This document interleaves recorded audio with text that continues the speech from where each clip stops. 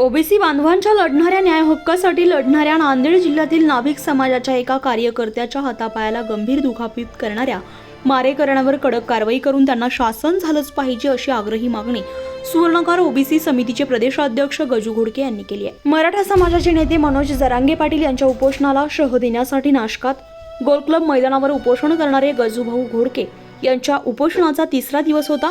भर पावसातही उपोषण सुरू आहे। ओबीसींच्या न्याय हक्कासाठी लढणाऱ्यांना कुणी वाली नाही हे नांदेडच्या घटनेवरून निदर्शनास आलंय।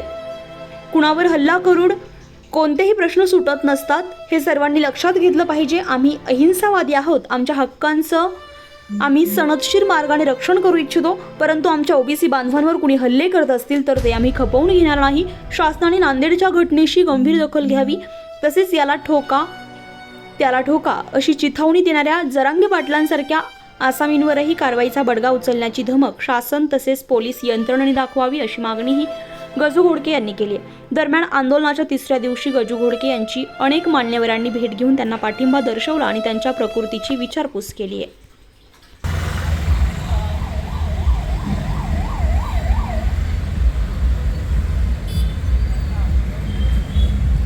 नमस्कार, मी महंत अनिकेत शास्त्री। आज आमचे अत्यंत प्रिय शिष्य, प्रिय भक्त आणि खऱ्या अर्थाने हिंदू धर्माचे भूषण रक्षक श्रीमान गजाभाऊ घोडके हे गेल्या 2 दिवसापासून आमरण उपोषणाला बसलेले आहे। हे वृत्त समजताच आज मी तातडीने त्यांची भेट घेण्यास आलेलो आहे आणि त्यांनी लवकरात लवकर उपोषण मागे घ्यावं।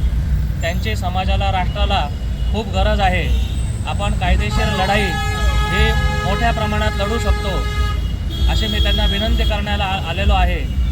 आणि ओबीसी समाजाच्या ज्या मागण्या आहेत ते अतिशय योग्य आहे। सरकारने त्या लवकरात लवकर पूर्ण कराव्या असं मी सरकारला सुद्धा नम्र निवेदन करीत आहे। परंतु समाजाला मला एक सांगायचं आहे की आपण राजेशाही नाकारून लोकशाही कशासाठी स्वीकारली हे प्रश्नचिन्ह आज आपण प्रत्येकाने स्वतःला विचारणं गरजेचं आहे। आपल्याला जातीपाती मान्य नव्हत्या म्हणून आपण लोकशाही स्वीकारली, संविधान स्वीकारलं। आपल्याला जातीपातीच्या पलीकडे जाऊन मानवतेसाठी, राष्ट्रासाठी काम करण्याची आज खूप गरज आहे।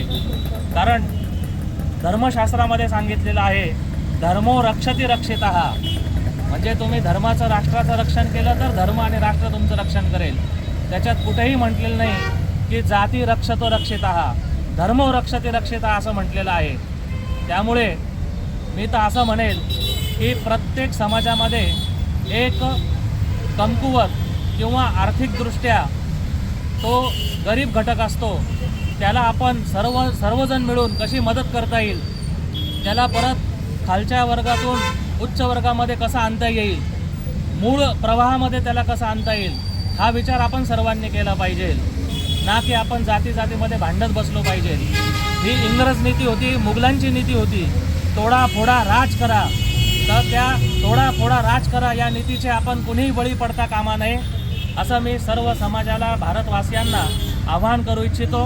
आणि गजाभाऊ घोडकेंनी लवकरात लवकर उपोषण मागे घ्यावं आणि आपण कायदेशीर लढाई ही एकदम उच्च पातळीवरती लढू, सर्व मिळून लढू, मानवतेसाठी लढू असे मी आशा आणि इच्छा व्यक्त करतो।